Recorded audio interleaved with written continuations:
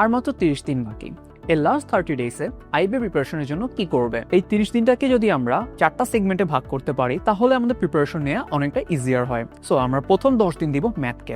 এই 10 দিনে আমরা একটু ম্যাথ হেভি প্রিপারেশন নিব, আর ইংলিশে অ্যানালিটিক্যাল থাকবে বাট খুবই কম। মেইনলি আমরা করব ম্যাথ। সো প্রথম 10 দিনে আমরা ম্যাথের যে টপিকগুলো আছে, আমাদের অ্যালজেব্রা হোক, অ্যারিথমেটিক হোক, জিওমেট্রি হোক, সিকোয়েন্স হোক, প্রবাবিলিটি হোক, সবকিছুই আমরা ম্যাথেরই করব। এন্ড প্রতিদিন আমরা ম্যাথের যে সূত্রগুলো আছে, যে ফর্মুলাসগুলো আছে, সেগুলো আমরা মুখস্থ করব। আমরা বেশি করে ম্যাথ প্র্যাকটিস করব। প্রতিদিন অ্যাটলিস্ট 5 to 6 আওয়ার্স আমরা দিব ম্যাথে। এবং এর সাথেও আমাদের ইংলিশের জন্য আমরা আধা ঘন্টা প্রতিদিন রাখবো ভোকাবুলারির জন্য, কেননা আইবি এক্সামে অবভিয়াসলি ভোকাবুলারি খুব ইম্পর্টেন্ট।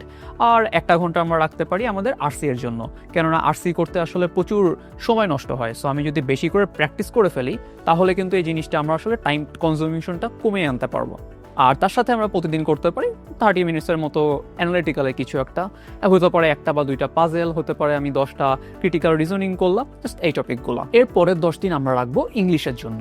ইংলিশের জন্য বলতে কিন্তু শুধু ইংলিশ হেভি বোঝাচ্ছি, নট লাইক আমরা শুধুমাত্র ইংলিশের প্রিপারেশন নিব। সো পরের 10 দিনে আমরা ভোকাবুলারি ভালো করে শিখবো, আমরা যে ক্লিফ টোফেল থেকে গ্রামারগুলো পড়বো বা 50 গ্রামার রুলস পড়বো, আমরা বসে বসে বেশি করে sentence correction, error detection, RC, এই জিনিসগুলো প্র্যাকটিস করবো। সো বেসিক্যালি ইংলিশে আমাদের যে টপিকগুলো করার প্রয়োজন সবগুলো আমরা এখানে করব, এবং আমরা প্রতিদিন 4 থেকে 5 ঘন্টা ইংলিশের জন্য দিব।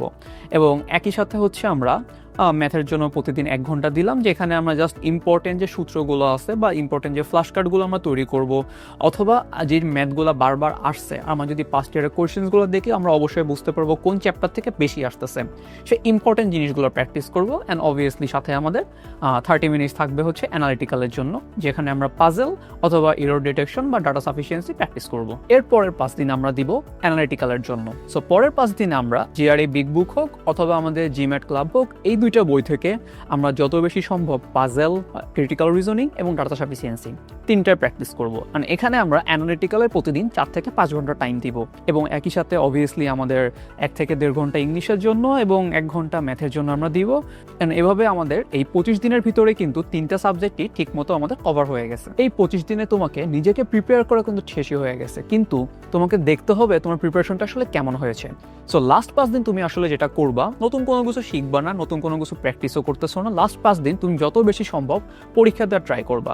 তুমি মক টেস্ট দিতে পারো, অথবা পাস্ট ইয়ার যে কোয়েশ্চেনগুলো আছে সেগুলো তুমি বাসায় বসে নিজে প্র্যাকটিস করতে পারো।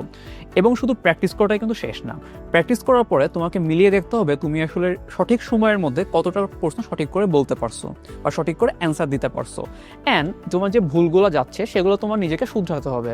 তোমাকে দেখতে হবে তোমার কোন জায়গা থেকে বেশি ভুল যাচ্ছে, সো সেগুলো তুমি চাইলে আরেকবার রিভাইজ দিতে পারো।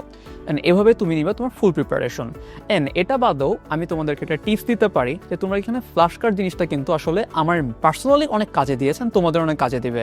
এখানে তুমি তোমার ম্যাথের ইম্পর্টেন্ট ফর্মুলাস বা ইংলিশের কিছু ইম্পর্টেন্ট ভোকাবুলারি তুমি যদি একটা ফ্ল্যাশ কার্ড বানিয়ে পকেটে রেখে দাও, মানে যে কোনো সময় তোমার হাতে একটু ফ্রি টাইম থাকলে ইউজ করতে পারবা। It will greatly help you for your preparation.